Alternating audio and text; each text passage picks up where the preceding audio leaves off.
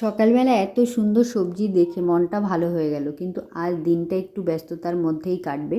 যে সকালবেলা পিয়ার বাবা স্নান করে এবার আদা ছোলার নিম পাতাটা কেটে নেবে, কারণ আজ 3 দিন হয়ে গেছে মামা শ্বশুর গত হয়েছে। সবার জন্য করেছিলাম সিদ্ধ ভাত। এই ওষুধটা কিন্তু পিয়ার বাবার একার, আমাদের কারণ না।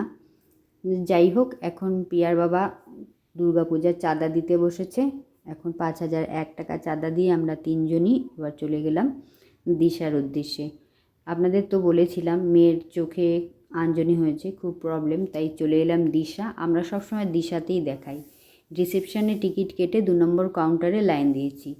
গতবার এসে দেখেছিলাম 200 টাকা, কিন্তু এবার 250 টাকা করে ভিজিট নিল। 250 টাকা করে ভিজিট নিলেও অনেক রকম মেশিন দিয়ে ওরা চেক করে। এই চশমা পরে মেয়ে দেখলো, আর আমার এই ওপরের চশমাটা পছন্দ হয়েছিল, কিন্তু 1,500 টাকা দাম চাওয়াতে মেয়ে বলল দামটা মনে হয় বেশি মা, অন্য জায়গায় দেখব।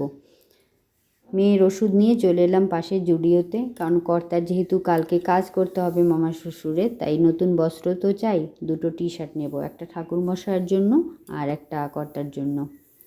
তো 2টো টি-শার্ট নিয়ে, না মেয়ে একটা ওর বাবাকে শার্টও দিয়েছে।